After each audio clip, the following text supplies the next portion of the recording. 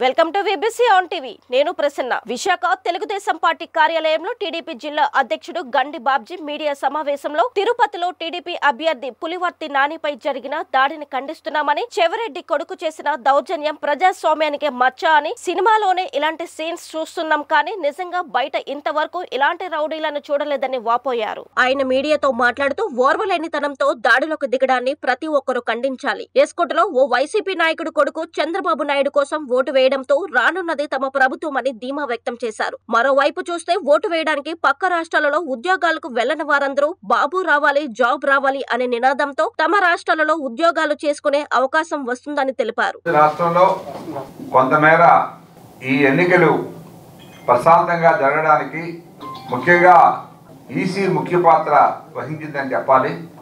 ప్రభుత్వం మన చేతిలో ఉంది కదా, కోర్టులు చెప్పినా జనం ఏమనుకున్నా మనం చేయాల్సింది మనం చేద్దామనే ఉద్దేశంతో ఈ వైసీపీ పెద్దలు కానీ ముఖ్యమంత్రి కానీ ఇవాళ రాష్ట్రంలో కొన్ని సంఘటనలు చూస్తే అర్థమవుతున్నాయి. ముఖ్యంగా నిన్న మీకు తిరుపతి జిల్లాలో జరిగిన ఇన్సిడెంట్ మీకు ఆల్రెడీ మీరు అందరూ పేపర్లో చూసే ఉంటారు, టీవీలో చూసే ఉంటారు. పులవర్తి నాని, అతను నాని పర్సనాలిటీ కూడా మీరు బహుశా చూశారో లేదో తెలియదు కానీ ఈజ్ ఏ కామ్ మ్యాన్. ఎక్కువగా మాట్లాడతాడు, ఒక్క మాటకి మించి మీరు అడిగిన దానికే సమాధానం చెప్తాడు ఆయన. ఆ జిల్లాలో పుట్టిన వ్యక్తిగా అనిపించడు అతను ఏదైనా అడిగితే మనం సమాధానం చెప్పడం తప్పితే నేను చూశాను. ఎందుకంటే కుప్పం మున్సిపాలిటీ ఎన్నికల్లో అతని ఆధ్వర్యంలో మేము అక్కడ మున్సిపాలిటీ ఎన్నికల్లో మేమందరం కూడా పనిచేసాం.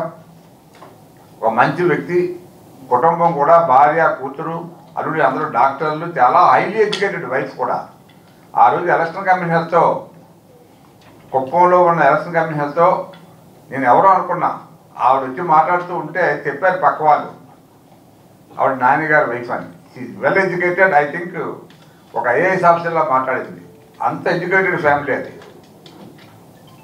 అటువంటి వాళ్ళ మీద వీళ్ళ యొక్క దౌర్జన్యాన్ని, వీళ్ళ యొక్క కెపాసిటీ, మాకు మేము ఏమైనా చేయగలం, చెవిరెడ్డి భాస్కర్ రెడ్డి కొడుకు రోహిత్ రెడ్డి ఎంత ఘోరమైన, మరి ఇంత పెద్ద సినిమాల్లో చూపించే సుత్తి లాంటి వెపన్తో గన్మ్యాన్, నిజంగా గన్మ్యాన్ ఫైట్ చేయకపోతే నిన్న ఆల్మోస్ట్ అతను చంపేసి ఉండేవారు. కారు అంతా ధ్వంసం చేశారు. ఇటువంటి దుర్మార్గాలు రాష్ట్రంలో చాలా చోట్ల చేసి ఎన్నికలంటే భయపించి ప్రజలను ఓటింగ్కి రాకుండా దూరంగా ఉంచాలనే ఉద్దేశంతో ప్రయత్నం చేసినట్టు కనబడుతుంది. కాబట్టి ప్రజలు ఈవేళ నిజంగా విజ్ఞులు చాలా బ్రహ్మాండంగా ఓటింగ్లో పాల్గొని ఈవేళ ఓటింగ్ శాతాన్ని బ్రహ్మాండంగా పెంచారు. ఈవేళ రాష్ట్రంలో టోటల్గా 83.42% ఇంక్లూడింగ్ పోస్టల్ బ్యాలెట్తో వచ్చినట్టు ఈసీ అనౌన్స్ చేసింది. ఎస్కోట్లో దగ్గర ఒక గ్రామం ఉంటుంది, వైసీపీ నాయకుడు, అతని పేరు తెలియదు కానీ వాళ్ళ పిల్లలందరూ కూడా బెంగళూరులో సాఫ్ట్వేర్, ఇద్దరు ముగ్గురు పిల్లల్ని అడిగారంటే, ఏంట్రా ఇది పంచాయతీ ఎన్నికలు కాదు కదా, మీరెందుకు వచ్చారంటే, నాన్న మీరేమనుకోకండి, మేము ఓటింగ్ వేయడానికి వచ్చాం, చంద్రబాబు నాయుడు గారికి మేము ఓటు వేస్తాం, మీరు ఏమైతే అనుకోండి అని చెప్పి పిల్లలు ప్రత్యేకంగా చంద్రబాబు నాయుడు గారికి ఓటు వేయడం అనేది వాళ్ళు ఆశ్చర్యపోయారు. ఎందుకు మీకు అంత ఇంట్రెస్ట్? మాకు ఇంట్రెస్ట్, మీకు ఏదైనా రాజకీయాలు ఉంటే మీ గ్రామంలో చూసుకోండి. ఈవేళ అతను లేకపోవడం వల్ల మేమందరం బెంగళూరు, హైదరాబాదు వెళ్ళి పనిచేయాల్సిన పరిస్థితి ఏర్పడింది. దీన్ని మార్చాలంటే రేపు మళ్ళీ చంద్రబాబు నాయుడు గారు ముఖ్యమంత్రి కాకపోతే మీకేముంది, మీరు రాజకీయాలు తీసుకుని ఊళ్ళో గడిపేస్తారు. మాలాంటి యువత మట్టుకు డెఫినెట్గా నిరుద్యోగులుగా, ఇప్పటికే నిరుద్యోగ శాతం 84 ఉంది మన రాష్ట్రంలో. దీన్ని ఇంకా 30% తీసుకెళ్లే పరిస్థితి వస్తే జగన్ మళ్ళీ ముఖ్యమంత్రి అయితే, ఎట్టి పరిస్థితుల్లో ఈ జగన్ ముఖ్యమంత్రి కాకూడదనే ఉద్దేశంతో యువత అంతా ఎక్కడెక్కడి నుంచో వచ్చి మొన్న ఓటింగ్లో పాల్గొనడం అనేది తెలుగుదేశం పార్టీకి కానీ మాకు కానీ చాలా ఆనందదాయకం. ఈ రాష్ట్రంలో తప్పనిసరిగా ప్రభుత్వం మారుతుందనే సంకేతాలు ఈ యువత ఇచ్చింది మాకు. అది చాలా ధైర్యం, చాలా ఆనందంగా కూడా ఉంది. ఇంకా మిగతా విషయాలు మీకు తెలుసు. మన ప్రాంతంలో మీకు మొన్ననే చెప్పా, ఎన్నో సందర్భాల్లో మనం కలిసినప్పుడు కూడా చెప్పాను నేను.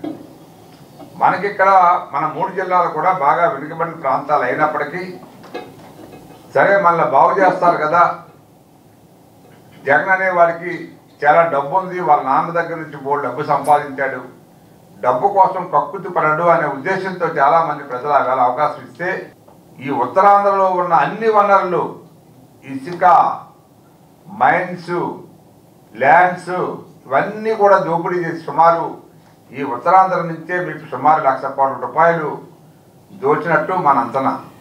వాళ్ళ బృందం అంతా కూడా విజయసాయిరెడ్డి, సుబ్బారెడ్డి, ఎంవివి, ఆ జీవి వీళ్ళందరూ కూడా లెక్కలు వేసుకుంటే సుమారు ఈ ఆస్తులన్నీ కూడా 1,00,000 కోట్లు వస్తాయి.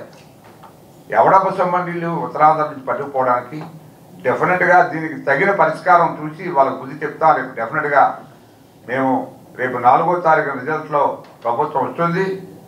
బహుశా మా వాళ్ళు కూడా డేట్ అంటున్నారు 9వ తారీఖున, జూన్ 9వ తారీఖున చంద్రబాబు నాయుడు గారు ప్రమాణ స్వీకారం చేస్తారు. తర్వాత వీళ్ళకు ఉంటుంది డెఫినెట్గా దానికి తగిన ఫలితం అనిపిస్తారని చెప్పి మీ ద్వారా తెలియజేస్తా ఉన్నాను. సో ఎనీవే కొన్ని యూట్యూబ్ ఛానల్స్ ఇప్పటికే నిన్న సర్వే ఎవరో రిలీజ్ చేశారు. దాంట్లో కూడా ఎక్కువ శాతం టీడీపీకి 105 నుంచి 120 వరకు వస్తాయని చెప్పి ఈ యూట్యూబ్ ఛానల్స్ చాలా ఛానల్స్లో కూడా చూస్తున్నాం. దాంట్లో కూడా అన్ని టీవీలు ఏవైతే మన ఢిల్లీ నుంచి ఆంధ్రప్రదేశ్ వరకు ఉన్న టీవీలు ఏవైతే ఉన్నాయో అన్ని టీవీలు కూడా ఒకే ఒక టీవీ అదేదో టీవీ చెప్పింది తప్పితే మిగతా టీవీలు అన్నీ కూడా టీడీపీ ఉమ్మడి పార్టీలు ప్రభుత్వాన్ని ఏర్పాటు చేస్తాయని క్లీన్గా వాళ్ళు ఒక ఒపీనియన్ ఇచ్చారు. డెఫినెట్గా అది జరగబోతుందని చెప్పి రాష్ట్రంలో మేము నమ్ముతున్నాం. బొత్స సత్యనారాయణ గారు ప్రెస్ మీట్లోనో బహుశా ఎవరితో ప్రెస్ వాళ్ళతో మాట్లాడుతూ జగన్ గారు 1వ తారీఖు నుంచి ఇంగ్లాండ్ నుంచి వచ్చి 1వ తారీఖున విశాఖపట్నంలో ప్రమాణ స్వీకారం చేస్తారని మేము కూడా చూసాం. సో మీరు కూడా చూస్తారు ప్రమాణం చేస్తారా లేకపోతే తట్టబుట్టా సర్దుకుంటారా అనేది చూద్దాం 1వ తారీఖు తర్వాత. మహిళల శాతం ఎంతో చూసారా మొత్తం రాష్ట్రంలో? ఎప్పుడూ కూడా మహిళలు ఓటు ఎక్కువగానే వేస్తారు. లాస్ట్ టైం కూడా అలా వేశారు. లాస్ట్ టైం కూడా మనకు చాలా 10 గంటల వరకు ఓటింగ్ అయితే అప్పుడున్న ట్రెండ్ వల్ల జగన్కి అడ్వాంటేజ్ అయింది.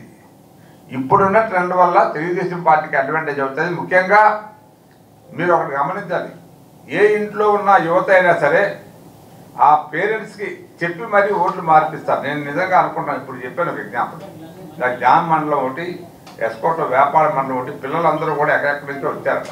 వచ్చి ఫ్యామిలీ వాళ్ళని దయచేసి మీరు కూడా వెయ్యండి ఓట్లు. రేపు గవర్నమెంట్ మారకపోతే మా ఉద్యోగాలు కూడా దొరకవు, అవి కూడా పోతే మేము ఎక్కడ పోతాం. రేపు రాష్ట్రంలో మనకి ఏదైనా నా తర్వాత తరానికైనా ఉద్యోగాలు రావాలంటే తెలుగుదేశం పార్టీ రావాలి, బాబు గారు రావాలని ఓట్లు వేశారు. కుర్రవాళ్ళు సుమారు 25 లక్షల దాకా వచ్చారని అంచనా బయట నుంచి. సో దాని సంకేతం మనం ఏమనుకుంటున్నామంటే ఇప్పుడు డెఫినెట్గా ఒక ప్రభుత్వాన్ని మార్చాలనే ఉద్దేశంతో వచ్చారనేదే ఉంది. ఎందుకంటే ప్రతి ఒక్కరిలో కోపం ఉంది ఈవేళ. మీరు ఏదో రూరల్లో మేము వెళ్ళాం క్యాన్వాస్కి, నేను రూరల్ కూడా వెళ్ళాను. నేను ఏమమ్మా మీరు మేము ఎన్ఆర్జీఎస్ వర్క్ చేస్తున్న సుమారు 400 మంది 500 మంది పోగెత్తి అక్కడ చిన్న చిన్న మీటింగ్లు పెట్టాం కొన్ని గ్రామాల్లో. వాళ్ళని అడిగాం మేము, మీకు ఈ పథకం ఎవరు ఇస్తున్నారో తెలుసా అని అడిగాం. మాకు తెలియదండి, ఎందుకంటే అక్కడ బీజేపీ క్యాండిడేట్ పార్లమెంట్ అభ్యర్థి. చెప్పాము అప్పుడు మీ ఇళ్లలో పథకాలు ఇస్తున్నారు కదా జగను, 2-3 పథకాలు వచ్చిన వాళ్ళు చేతులు ఎత్తమని చెప్పాను నేను. 2-3 పథకాలు, ఒకటి కాదు. జగన్ ఏదైతే 9 పథకాలు ఇచ్చారో ఈ 9 పథకాల్లో మీకు 2-3 పథకాలు ఒక ఇంటికి వచ్చిన వాళ్ళు ఎవరు ఉంటే చేతులు ఎత్తమంటే ఒక్కరు ఎత్తలేదండి. భయపడి కాదు, కేవలము ఒకటే వస్తుందని చెప్పారు. అడిగాం కదా, అది ఒకటి వస్తున్న వాళ్ళు ఎత్తమని చెప్పాం. ఒకటి అందరికీ కూడా ఒకటే వస్తుంది ఇంటికి. జగన్ ఏమనుకుంటున్నాడంటే 90% 98% ఈ లెక్కలు వేసుకుంటూ పోయాడు.